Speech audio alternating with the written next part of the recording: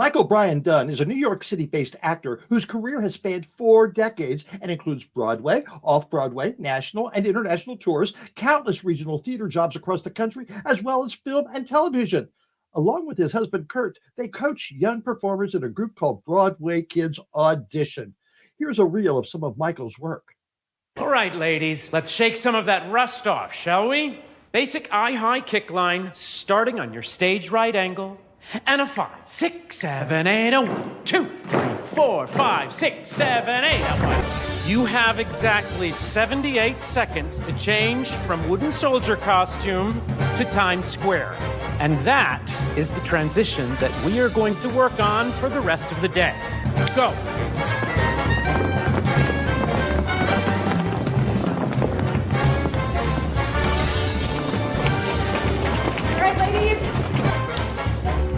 Well, almost all of you made it. Now just try it without looking like you were run over by Santa's sleigh. Well, I don't want to interrupt your conversation. They just met. I can't imagine Dorothy running off with Ivan Cousins.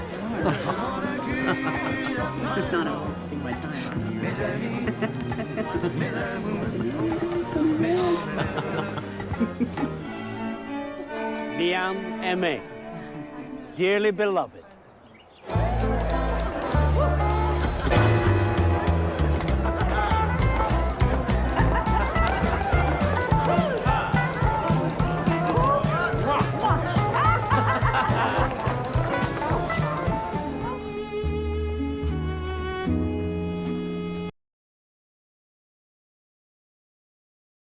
Fascinating. Michael, come on in.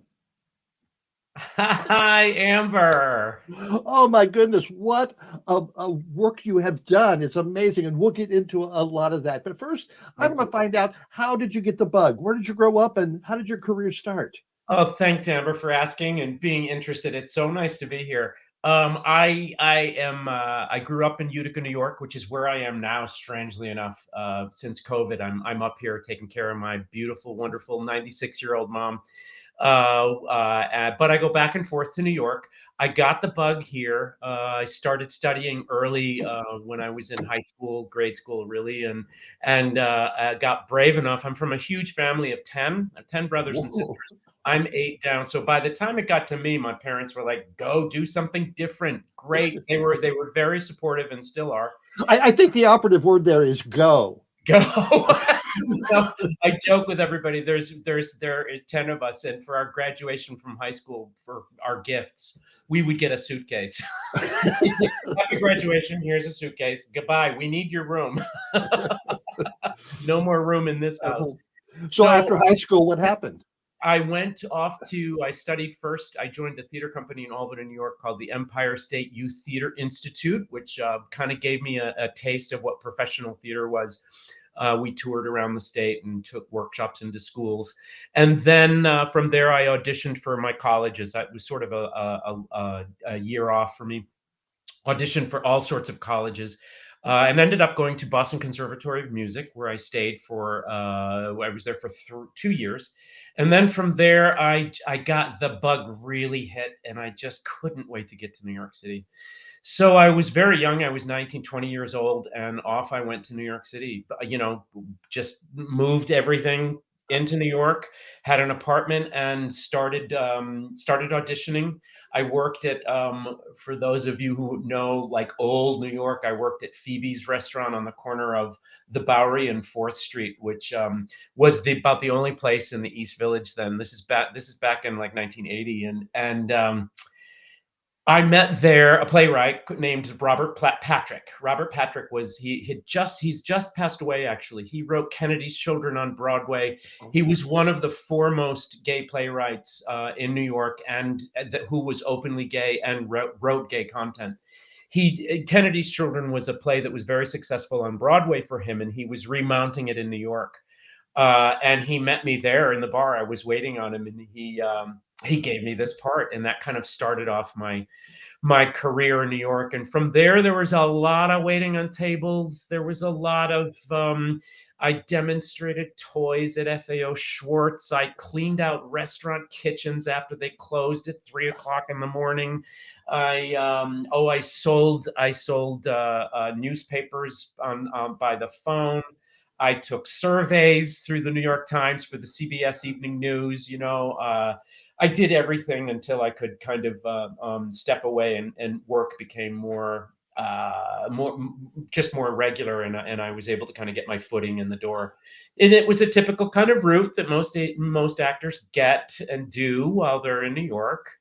I hit the streets. They were different times then, but it was still the same thing. You just had to struggle and be persistent and never give up and get crushed and call home and cry and say, I can't do this anymore, and go back and do it again. My first Broadway show I got was a show called Baby, written by Richard Maltby and David Shire. Mhm. I was called in for that. I was a replacement towards the end of the run, and it was incredibly exciting. It was, it was a musical that I knew and loved, and I played the young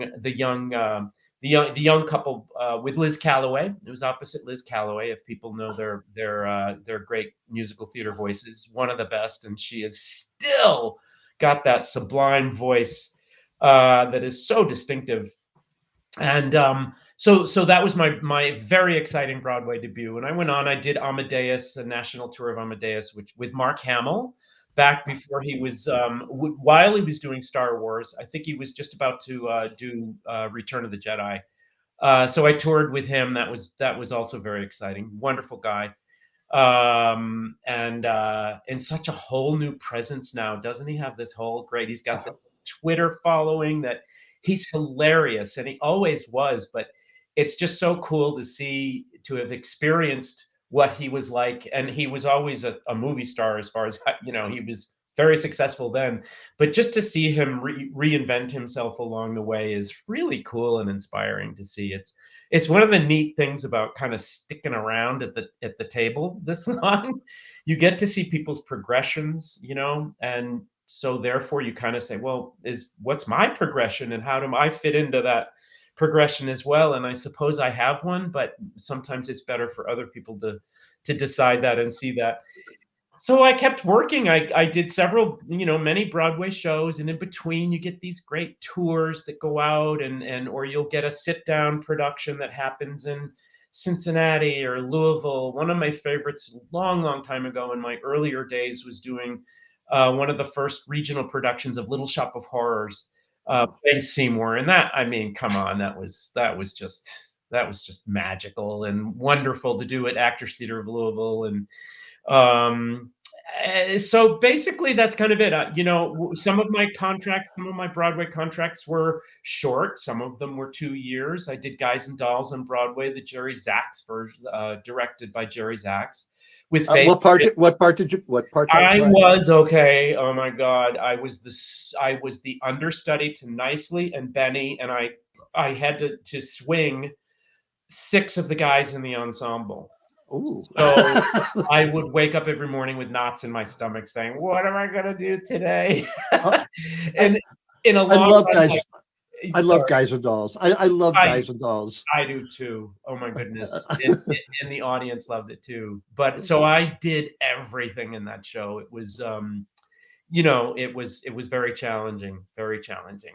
I also you got to New York in the early 80s. We know what was going. We know, so that was right at the beginning of AIDS. And how was living in New York during that time?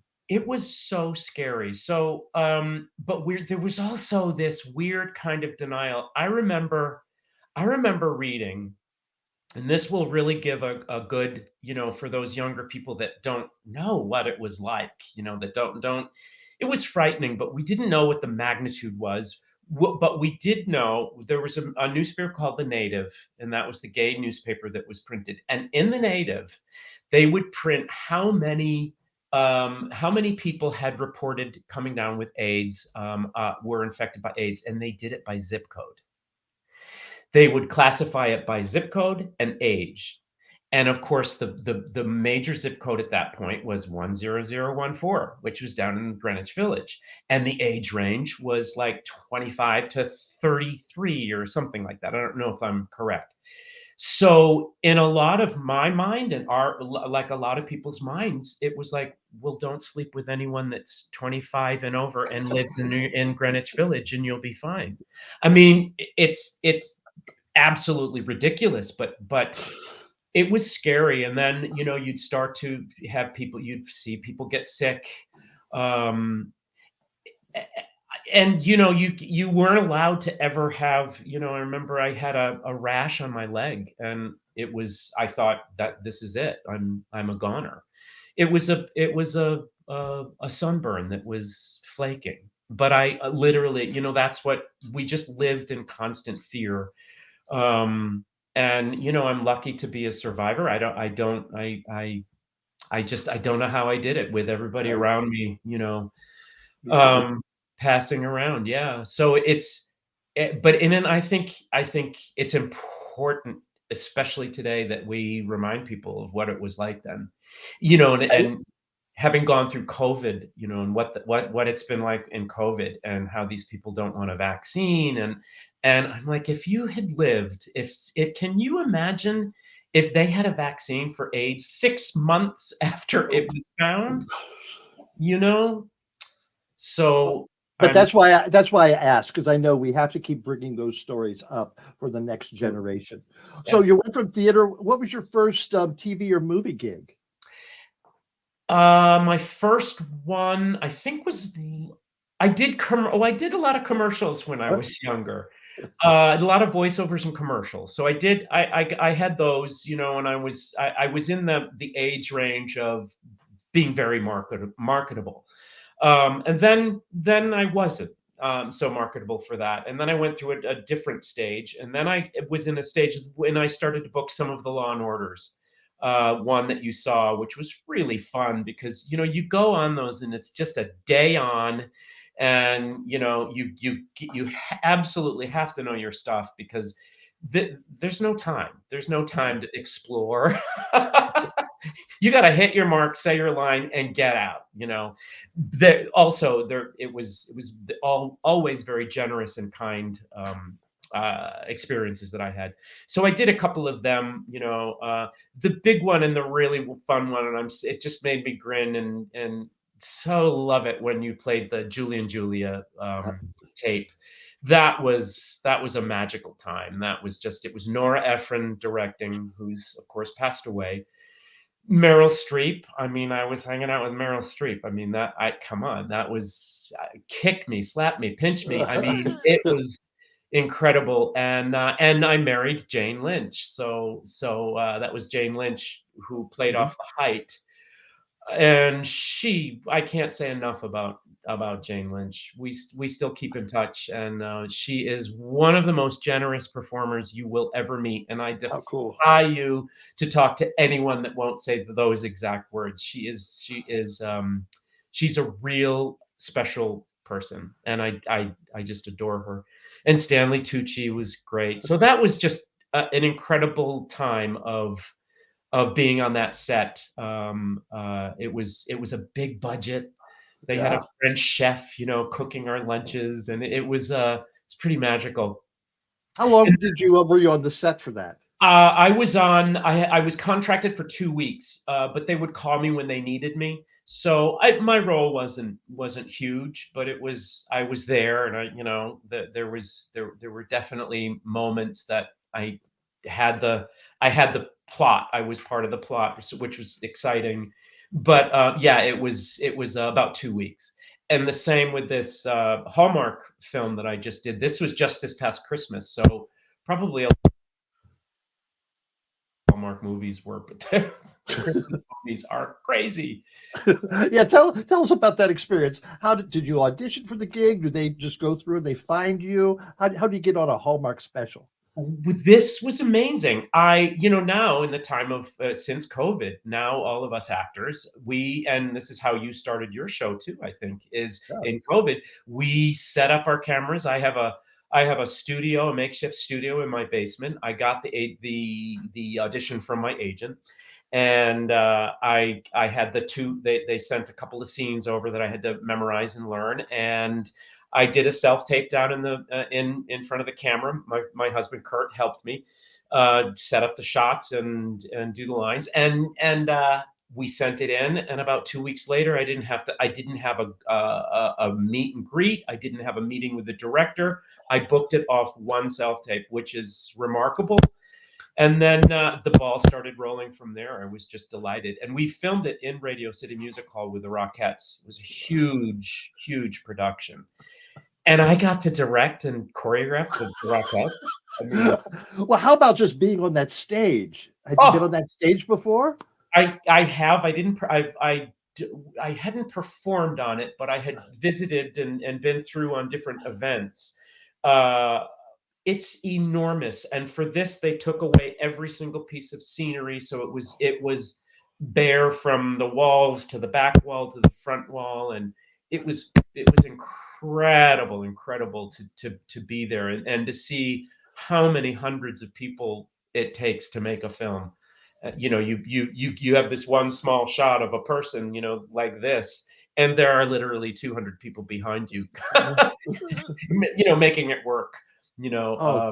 So it's a fascinating experience, and the Rockettes couldn't have been more lovely to work with. It was interesting. I had to count them into their famous kick line at a 5, 6, 7, 8. Well, I dance. I'm a dancer. I'm not a choreographer. And you cannot start that count too fast or too slow. Those poor women will die. They're doing the famous kick. It's got to be the right tempo, and the cameras are rolling. So we decided that the dance captain, who was lined up in the line, she would gently tap the tempo on her thigh before I started. So when the cameras rolled, I could just kind of get my little cheat sheet going. And 5, 6, 7, 8, and 1. So that's how we had a little trick for me so that they wouldn't suffer through the kick line. But it was a great experience. All the roles that you've played on Broadway and your touring companies and the regional theaters, what have been some of your favorite roles? I just did the national tour of Come From Away. That's coming to Burlington. I can't wait to see it. Burlington. Oh, it's the January tour. The union tour that I was out with. I know, but it's the only way that they can do them. That's a whole nother story. It'll be fine. I just want to hear it. It's a beautiful show, and I encourage you to see it. Yes. That was one of my all-time favorites. It's a beautiful story. It's almost actor proof. You just get on that thing. It's a company of 12, and you just start and it just goes. There's no intermission. There's no break in the music. It just kind of rolls, and it's beautifully choreographed and staged and constructed. There's no wasted space.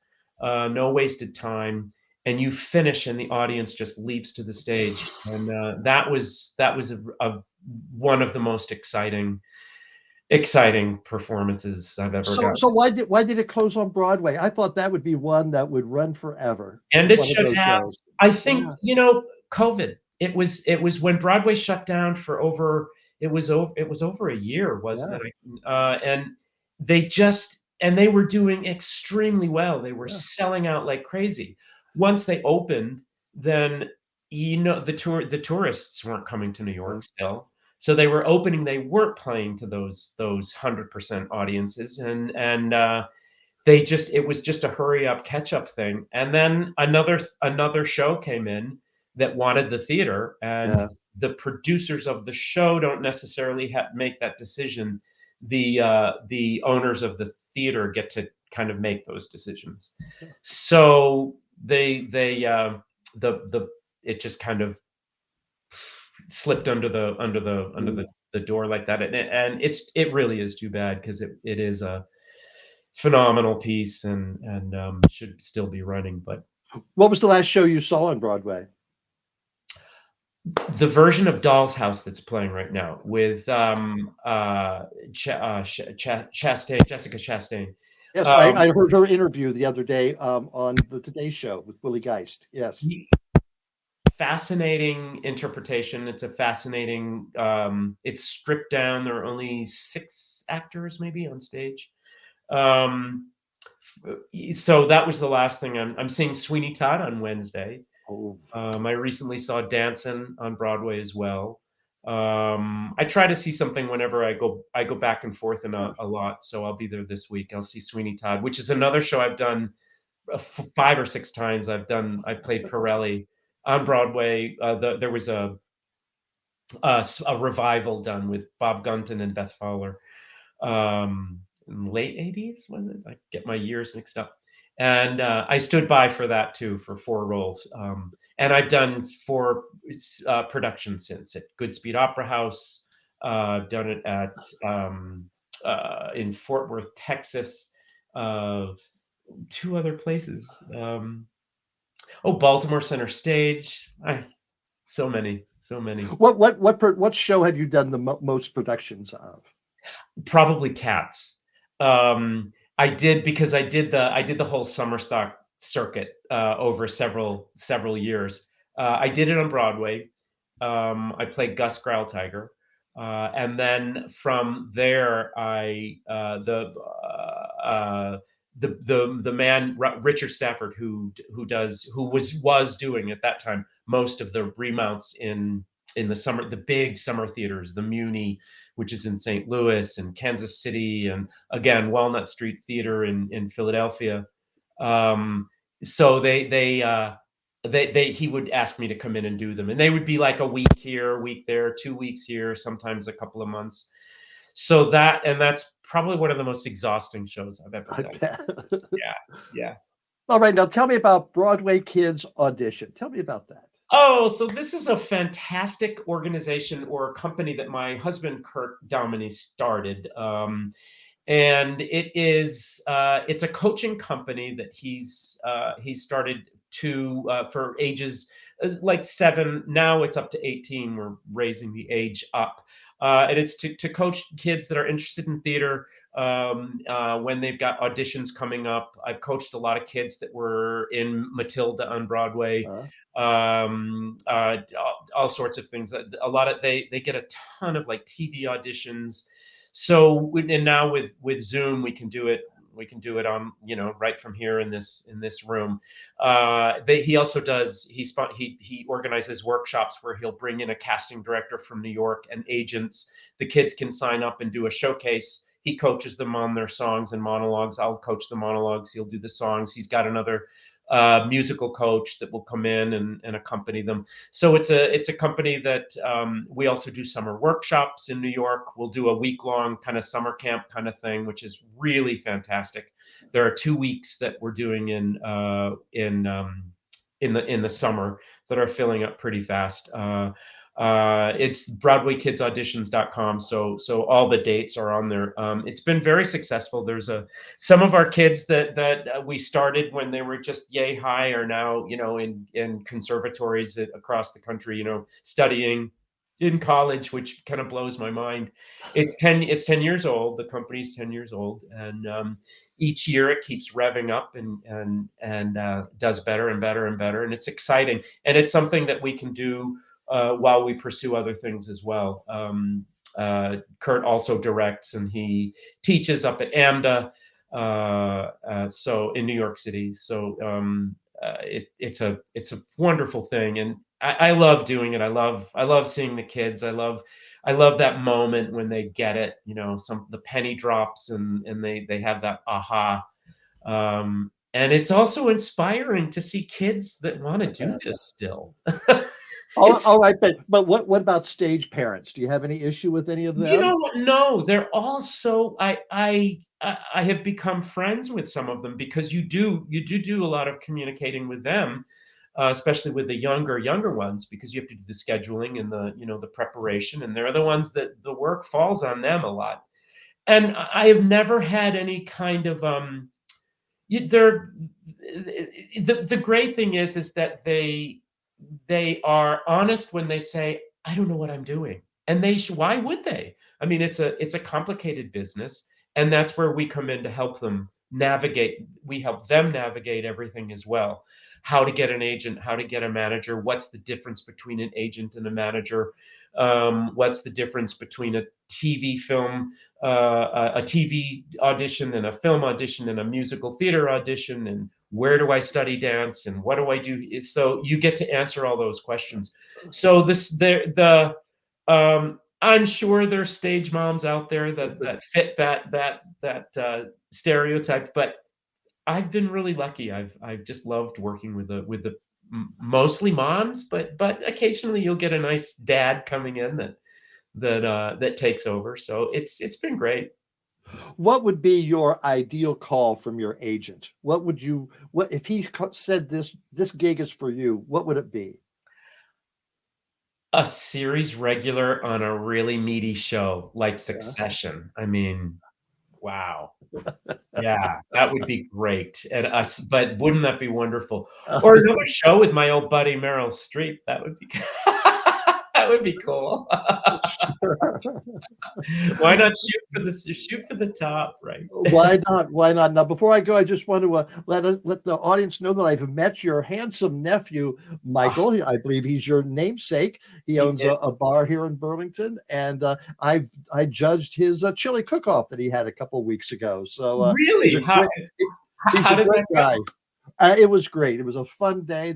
There was like 12, 15 entries of chili. There was probably 100 people there, and it was a successful day, but really enjoyed that. So when you come to Burlington to visit, we have to get together. Yeah, Mike is fantastic. He runs a great bar up there. I haven't been, so I've got to get up there and do it, and ask him to do his Button Factory soliloquy. That he still dazzles us with the memory of him doing the Button Factory when he was about 6 or 7. I can't. Mike is famous in our family, and I know he's famous in Burlington, and I'm sending out a big hello and love to him too. All right. Well, thank you so much for talking to us tonight, Brian. Good luck, and I can't wait to hear what your next adventure is. Thank you, Amber. This has been wonderful, and what a pleasure to meet you. Thank you.